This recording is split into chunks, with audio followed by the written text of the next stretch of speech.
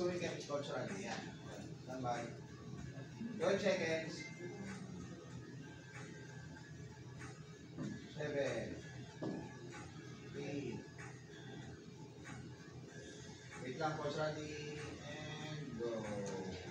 Magandang umaga Pilipinas and the world. This morning, magbabalik po ang Philippine Sports Writers Association Sports Forum. We are live here at the PSC Conference Hall inside the Rizal Memorial Sports Complex in Manila. This morning po, pag-uusapan po natin ang isang sport na kung saan ay marami pong nakilalang legends sa daan. Ito po ang tinatawag nating road cycling. Magandang umaga po.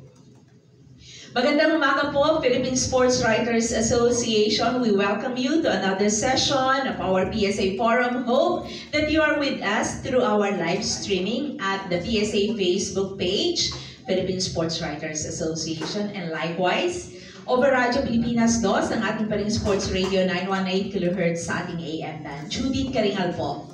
Partner, bago pakilala ng ating mga guest, nais ko muna ng pasalamatan sa pangalan ng ating Pangulo ng PSA, si Mr. Nelson Beltran ng Philippine Star. Ayan po. Salamat po Philippine Sports Commission, Philippine Olympic Committee, San Miguel Corporation, Smart PLDT, Milo, at Arena Plus.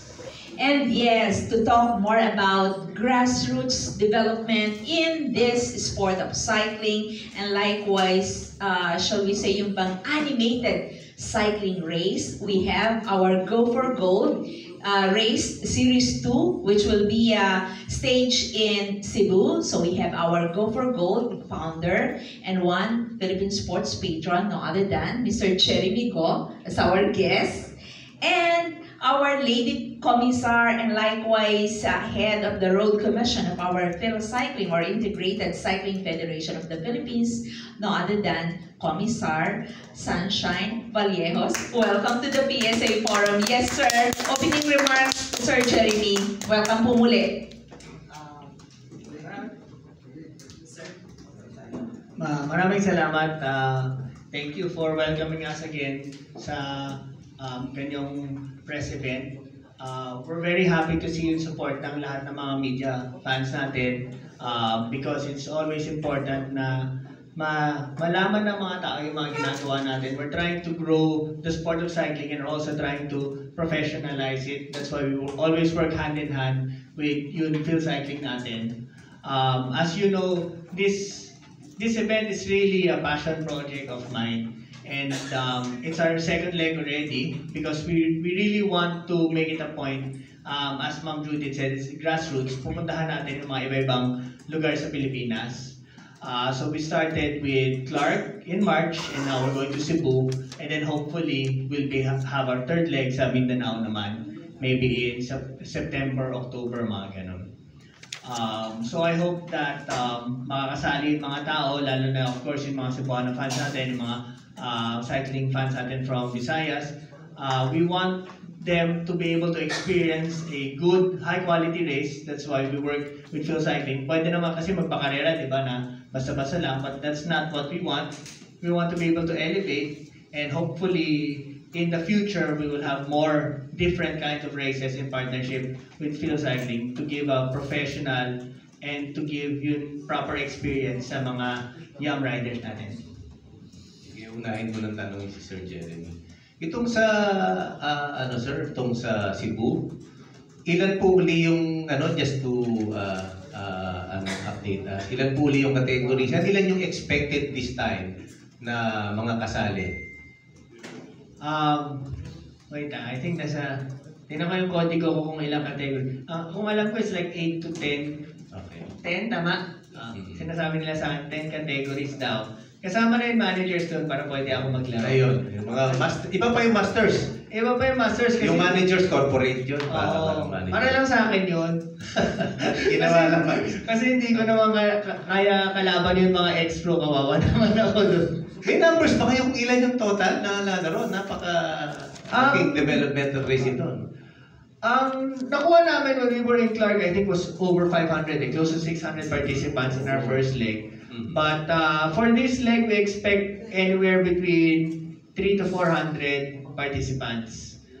So we also message na rin sa akin yung mga friends natin from other professional cycling teams. Nasasali sila. So even if hindi kayo avid na racer, race fan lang kayo, I hope that you will come and watch because it's going to be a very, very good race. It's a one day lang, no? One day lang. One day event, ano? How about po yung mga, yung mga bata na gustong mag-race? Meron ba tayong para sa ganun? Yes, In the so future? ang categories namin, aside from yung managers nga na sinabi ko, we're gonna have men's youth and women's youth, men's junior and women's junior, men's under 23, women's under 23, and then yung mga elite categories. And I think may mga age groups din tayo eh. Like 20 above and then like 30 above, parang gano'n. Ganun age group. It's very important for us talaga to have youth categories, even Youth. sa babae. That's always been the struggle kasi that not enough, parang it's a chicken egg situation. There's not enough women in cycling talaga. Luckily, there are a lot of growing interests. And we have very good friends like sila Sir Alex and si Mr. Charles that are forming women's teams. And that's a very good parang growth for the sport. So na-inspire yung mga bata. So even if, for example, women's youth na 10 lang sila, go pa rin natin yun para ma-inspire, matuloy. We all have to start somewhere eh. Parang if people say, huwag ka mag-category ng ganyan, wala naman sasali. Di ba, hindi talaga mag-grow yun sport na yan. So youth is very important for us and parang we need to invest in it now.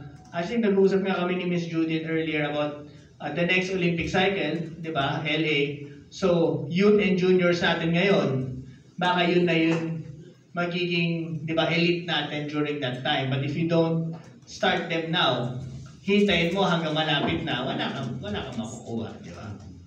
Marami pa kami gustong malaman pero maraming tanong mamaya. Sir, si Sunshine naman. Komisar, good morning po. So ano yung mga rito, yung mga to do and what to do? Dahil nga yung iba rito baguhan, yung iba rito of course may datihan na pero ano ba yung mga precautionary measures, ano yung mga rules na susundin ng mga rito, yung mga dapat nilang gawin during the race? First of all, good morning po sa ating lahat. Thank you for inviting me also to represent our Federation Field Cycling. So we've been helping the organizer para po i-ensure na yung competition, sabi nga ni Jeremy, it's not only to host the competition, pero i-standardize and make sure na it's compliant with the UCI regulations. Para kumbaga lalong-lalo na napaka-importante mula sa grassroots pa lang, bata pa lang sila, natuturuan na natin sila or napapakilala na natin sila sa professional and proper way of racing in cycling. So for this race, this is a criterium race. So alam naman natin na ang criterium race is a cycling tournament done in a closed circuit. So the race, the route is about 1.1 kilometers if I am not mistaken. So depende sa categories ng mga laro, may specific number of laps kung ilan sila dapat kumikot para until to the from start to the finish line. So in terms of the regulations, ano yung mga do's and don'ts, of course bago tayo magsimula sa karera, meron tayong team managers meeting, and before the race starts we do race briefing. So doon natin sinasabi sa criterium race, so if you are racing for example of 30 minutes plus 3 laps, so the first 30 minutes, so circle racing around dun sa closed circuit, and then for the last 3 laps, meron tayong ini-implement na parang free neutral lap, diba? Sa last 3 laps. So ang ibig sabihin nun, pag ikaw ay nagkaroon ng recognized mishap, which is yung crash, puncture, mechanical trouble, at naabutan ka, syempre mag-i-stop ka. So kapag naabutan ka ng peloton, or yung batch kung saan ka, or yung peloton, meron ka, mabibigyan ka ng free lap para iayos yung bike mo, para makahabol ulit. But, make sure na kapag babalik ka doon sa grupo, make sure na doon ka babalik kung saan ka huminto. So, kung nasa may first batch and then second batch, doon ka nagkaroon ng mechanical trouble, kailangan pagbalik ng batch na yon, doon ka ulit babalik. Otherwise, marerelegate ka kung doon ka. Kasi disadvantageous na yun eh. Kasi nagkaroon ka na nga ng neutral lap, and then babalik ka doon sa unang grupo, which we don't belong, kasi doon ka sa second group. So, i-impose natin yung penalty doon. And also, of course, very important, criterium race, napakabilis niyan pagdating sa finish line. And one of our duty is to observe kung paano, lalo na sa sprint finish. So, kailangan irespeto ng bawat rider natin na kung ano yung sprinting line mo, doon ka na all the way to the finish line. Why? Because you are, kumbaga, kung sa regular race, ang speed mo ay 40. Doon sa sprinting finish, pwede kang mag 50 or 55. And ang tingin mo, focus ka na lang to the finish line. You will not look into your left or dun sa right. So, kapag ikaw ay, kunwari, parang sa sasakyan, nag-serve ka, delikado yun eh. So, kailangan, mula dun sa sprinting, kung ito na yung guhit mo, diretso ka na dun. Huwag kang sinasabing tumutupi, huwag kang magsisigsag or ano. So, kailangan respect the sprinting line. Kasi merong mga ibang siklista din sa likod mo or sa tabi mo na yun din yung focus. The goal is to go first, cross first the finish line. So, you must respect the sprinting line.